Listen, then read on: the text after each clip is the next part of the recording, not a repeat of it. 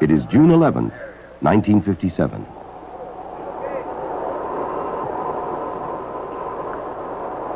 Switching command to internal. Test off arm, switch arm. Engine prep complete. Flight plan: hold the missile on the ground for several seconds after engine ignition. After launch, a vertical rise for 15 seconds. Then pitch over into the flight path, continuing to climb until the engine's cut off at 127 seconds. 9, 8,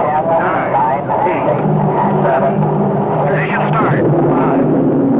Main stage. 3, 2, 1, 0. 1, 2, 3. Release. Engine on 9, 0. The missile was launched successfully, and the flight proceeded according to plan for 24.1 seconds. 50 years old and counting.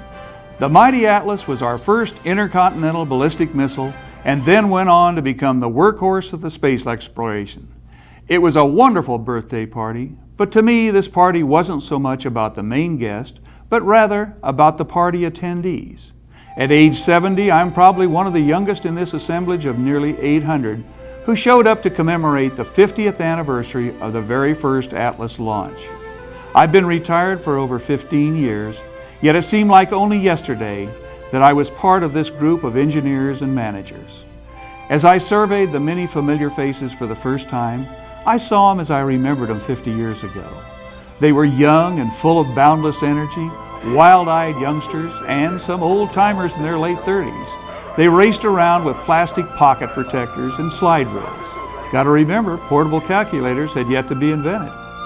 They were collectively in the process of inventing an 18,000-mile-per-hour plane with no wings, a vehicle whose steering was via engines that swiveled rather than one equipped with rudders and ailerons. They were indeed modern-day pioneers. Now, as I take a second look around the room, I saw the same familiar faces, but they'd been softened over the years. There were numerous canes, a few walkers, and even a wheelchair or two. They were watching a video that chronicled their many accomplishments. You could see an occasional tear course down cheeks as they relived those very proud moments. I saw John Harrison, now in his 90s, the test conductor of that very first Atlas launch in 1957. The launch was termed a success because it, number one, got off the pad, and number two, lasted long enough to prove many of the new technologies that heretofore were untried. Even in failure later in the flight, it supplied data for newer processes that would be required for future launches and exploration. Then there sat Kurt Johnston, the test conductor whose Atlas 10B launched our very first payload into space in December of 1958. That payload would broadcast President Eisenhower's Christmas message of peace to the world, the very first message to Earth from outer space. Next to him was Thomas J. O'Malley, now 92. Tom was the giant leprechaun of Cape Canaveral. He would be the test conductor some 4 years later that launched America's first astronaut into space. As eventful moments in history occur, there are often little interplays that go by completely unnoticed. But with this launch, there was a very interesting sequence of comments unheard by most. Many will remember John Glenn's backup, astronaut Scott Carpenter, uttering the famous words, "Godspeed, John Glenn," as Atlas 109D roared off the launch pad in 1962. But there are a few of us also who will remember that just as the giant leprechaun was initiating the engine start sequence, the base manager said, "May the wee ones be with you, Tom."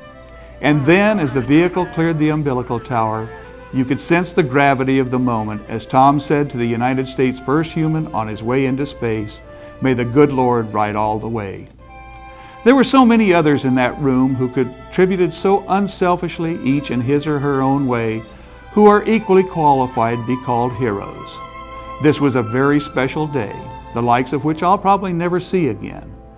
There is nothing that I've done, short of my family, that quite compares to being part of the beginning of a new industry, a new age, like being part of this country's space program.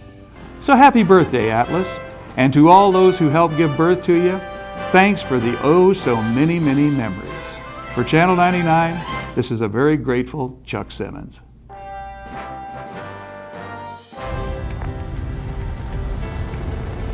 Lord, ride all the way. Godspeed, John Glenn. This is not merely a race. We go into space because whatever mankind must undertake, free men must fully share.